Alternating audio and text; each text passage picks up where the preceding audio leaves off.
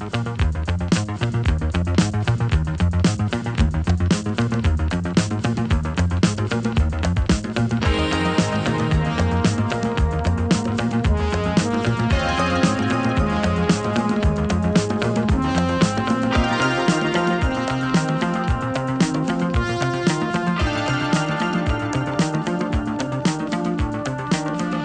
is motion all around you, and there are natural laws governing this motion. Natural laws that require the brakes to be applied as this train goes around a curve. And natural laws that require this biker to lean into his turn to avoid crashing. There are laws that cause people to feel pulled when going around a corner. There are laws that make us fall forward when a car suddenly stops. And if the car runs out of gas, there are laws that make it hard to get the car moving, and laws that make it hard to get it to stop. All of these examples have to do with the laws of motion. Laws that were established over 300 years ago by an English scientist and mathematician named Isaac Newton. This videotape will present material about Newton's 3 laws of motion. During the tape, there will be 4 Stop the Tape sections where you will be asked to answer questions on your viewer's observation sheet. When you see this sign, you should stop the tape and do as instructed. So, let's begin.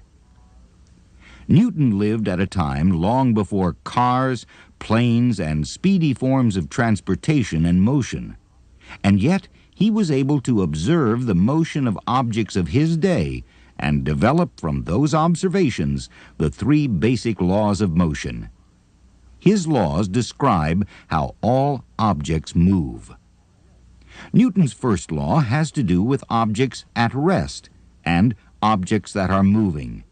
He noticed that objects at rest stayed that way until something came along to move them. He also noticed that objects that were moving continued to move in a straight path unless something slowed them down and stopped them. Newton called this tendency of an object at rest to stay at rest and an object in motion to continue moving inertia. You must overcome inertia to start an object moving. And you must overcome inertia to slow down and stop an object that is moving. So Newton's first law of motion states that if no unbalanced force acts on a moving object, the object will continue moving at the same speed and in the same direction.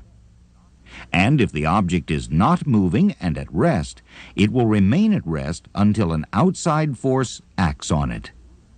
In simplified form, it means things keep doing what they were doing. Objects that are stopped will stay stopped, and objects that are moving will continue to move at the same speed and in the same direction unless acted upon by an outside force. A spacecraft will continue moving through space at a constant speed and in a straight path without the need for engines. Once the craft is away from the atmosphere and gravitational pull of Earth, the engines can be turned off. Because there is little matter in the vacuum or emptiness of space, there is nothing to slow the vehicle down. It will continue at a constant speed and in a straight path. If the engine is fired again, the craft will be able to change speed and direction. On Earth, objects are affected by outside forces that slow them down and eventually stop them. Even on very slippery surfaces such as ice, objects will be slowed to a stop. Friction is the force that slows things down. Friction occurs when 2 objects rub together or try to slide past each other. The friction between the surfaces of the puck and the ice causes the puck to slow down and stop. Stop the tape now and answer questions 1 and 2 on your observation sheet. Question 1 asked you to rub your hands quickly together. You should have found that within seconds your palms became warm, even hot. one of the effects of friction is heat. Next time you go for a ride in the car or on your bike, feel the tires after you have stopped. The heat you feel is from friction. The second question asked you to look at the soles of your shoes. What you should have discovered was that a wearing down of the sole has occurred. Where once new, clean treads existed, you probably have worn surfaces. So another effect of friction is to wear things down. Look at car and bike tires, and you'll see evidence of wear and tear brought on by friction. So friction slows an object until it stops, produces heat, and wears the object down. To avoid friction, we use lubricants such as engine oil to make the engine surfaces slide easily past each other and cut down on heat and wear from friction. If we didn't have friction, things would be very crazy. For instance, the process of walking or running occurs because of friction between our feet and the ground.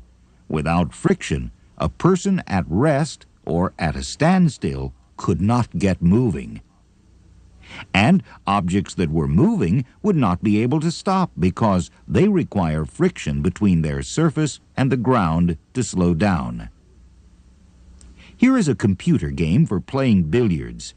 We can turn the friction level to a setting that is very close to zero.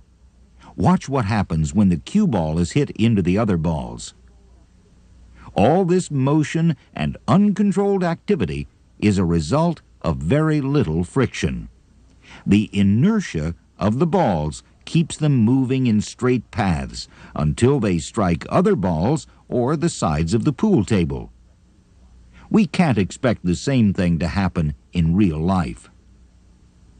Here is an illustration of inertia.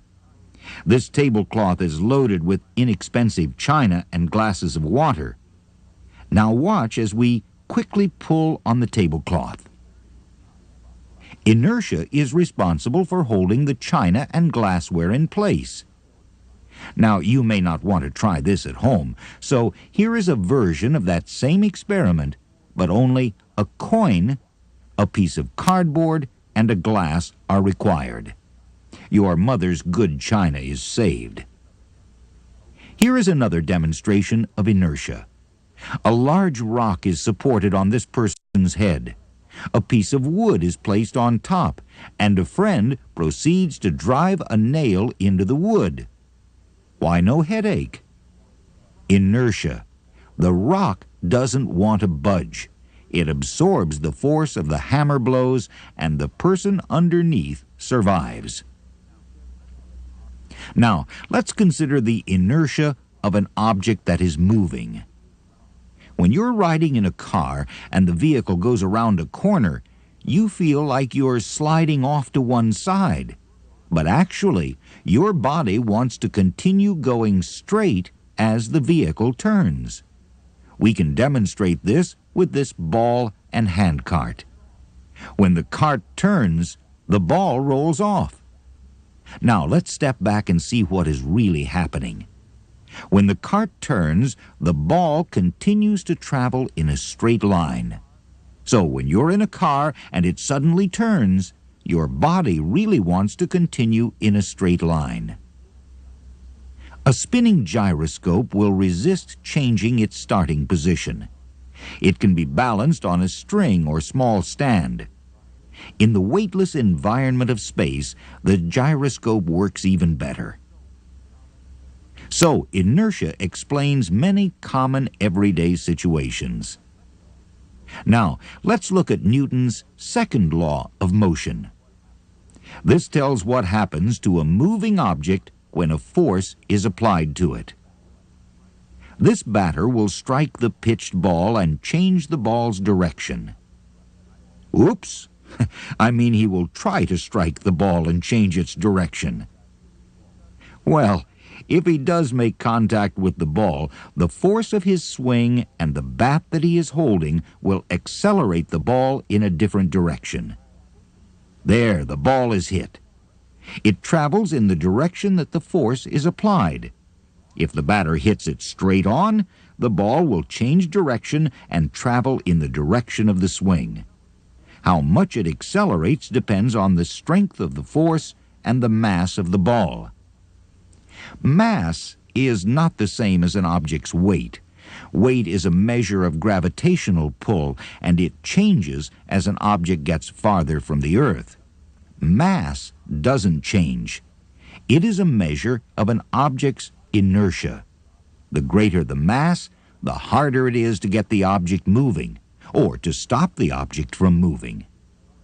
As we add more and more mass to this cart, the amount of force required to get the cart going increases.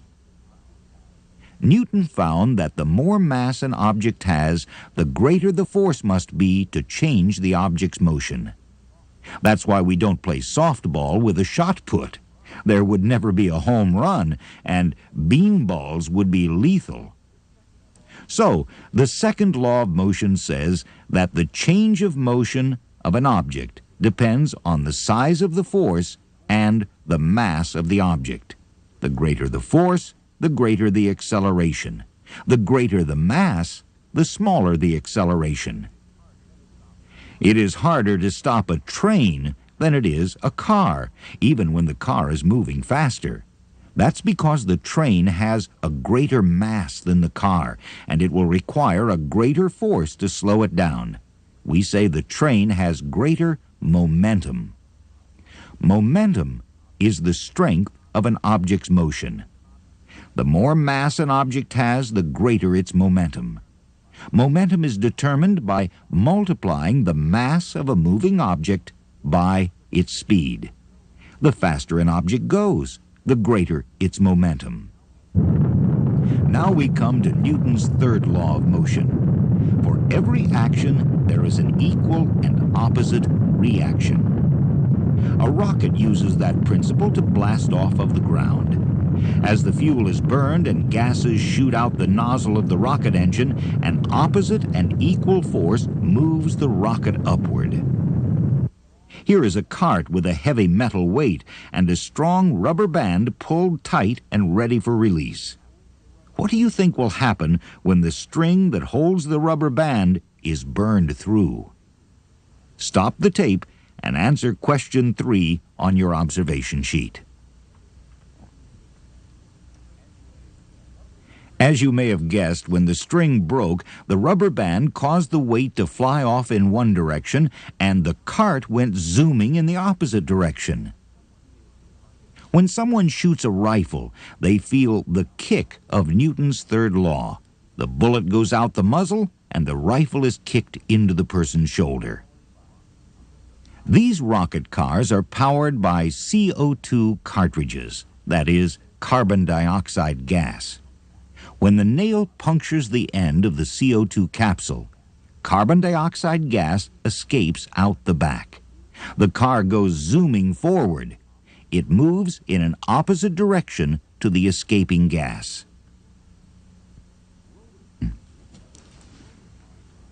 Roller coasters and other amusement park rides are based on the laws of motion. The wild turns are designed to take advantage of inertia and another force called centripetal force. We'll show an example of centripetal force using this flat piece of wood and this glass. The glass will stay on the piece of wood while spinning around and around. Even when overhead, the glass stays in place on the board platform. How would you explain why the glass remains on the board? Stop the tape and answer question 4 on your observation sheet. The glass and board want to travel out away from the person. They want to travel in a straight line, and if we let go of the rope, that's what will happen. The board and glass will fly off in a straight path.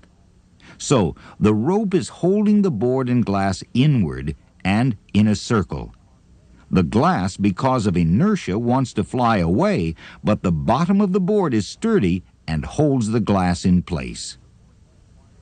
The force required by the person to hold the rope inward and to resist the outward straight-ahead motion of the board and glass is called centripetal force. If you don't want to risk breaking a drinking glass, try this. Bend a coat hanger as shown and then hold it with one finger as demonstrated. Carefully place a coin on the tip of the hanger hook and begin to spin. It may take a few tries, but it's possible to spin that coin with grace and ease. You have experienced centripetal force and inertia if you've ever been on amusement rides like these. A roller coaster ride can carry you upside down or through a series of loops because of inertia and centripetal force. Today we've looked at the 3 laws of motion established by Isaac Newton back in the 1600s. Newton's first law of motion states that an object at rest will stay at rest and a moving object will keep moving at the same speed and in the same direction unless an outside force acts upon it. His second law of motion states that an object accelerates when a force acts upon it. The stronger the force, the greater the acceleration. The greater the mass of the object, the larger the force must be to accelerate the object. And Newton's third law says that for every action, there is an equal and opposite reaction. While talking about the laws of motion, we have also discussed friction, which has a dramatic effect on moving objects. Friction occurs when 2 objects rub together. It slows the objects down and produces heat and wear. We also talked about centripetal force, which causes an object to move in a curved path. So there are examples of Newton's laws all around us, and we use and obey these laws every day in the things we do and the movements we make.